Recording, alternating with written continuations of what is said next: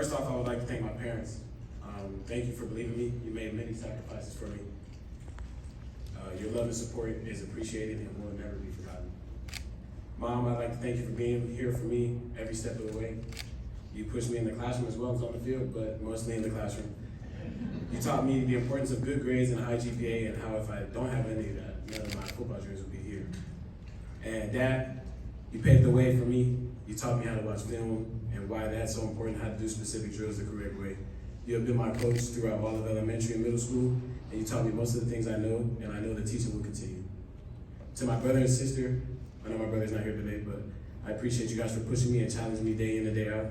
Don't worry, I'm not going too far, so I'll be still there to push your buttons, Drew, and annoy you, Sean.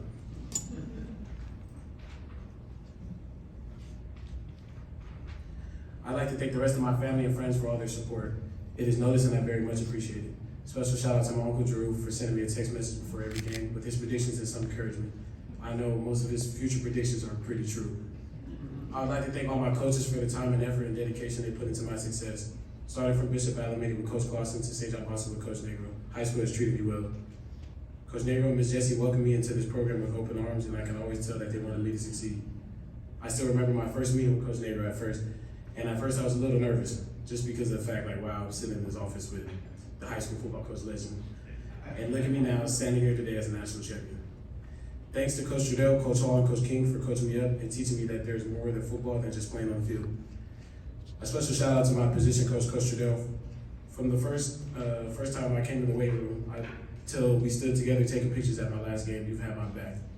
This year with you has been great, from hearing stories about people falling through your roof to us becoming national champions, so thank you, Coach Trudell. Mr. Clarkson and Big Dave, thank you for sitting me down and showing me the things Bosco had to offer. You guys always believed in me and saw I had the skills to get it done. Fig and Anton wouldn't be here without you both. And to my teammates, you pushed me every day in the weight room, classroom, and on the field. We all had one goal from the beginning of the season, that was to be national champions, mission accomplished. And lastly, I'd like to thank Coach Kelly and Coach Norwood and the rest of the UCLA community for allowing me to showcase my skills in the classroom, as well as on the field at a high level. I will always love this place and I wouldn't trade this Bosco brotherhood for the world. But today is a great day to be a Bruin. Thank you.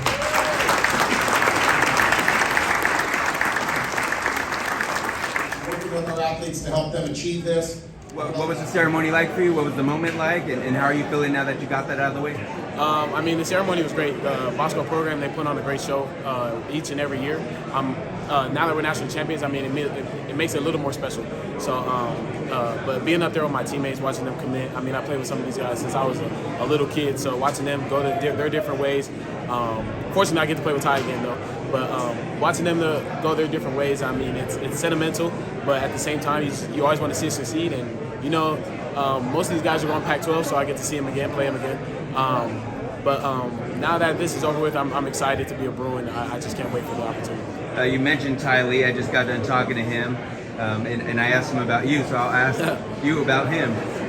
What are your thoughts on playing with Ty Lee? You guys share the second. You guys are both in secondary here at Bosco together. You guys will be playing it at the next level together. How important was he, maybe as far as maybe getting in your ear and telling you about UCLA, and just tell me a little bit about him as a teammate?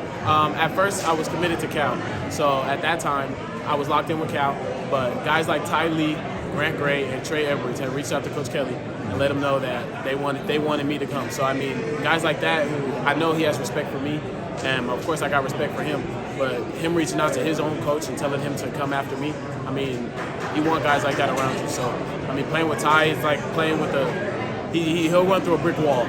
He's one of those guys who play through any injury. He'll sacrifice his body for his team. You want to be around guys like that, and they'll help the team succeed.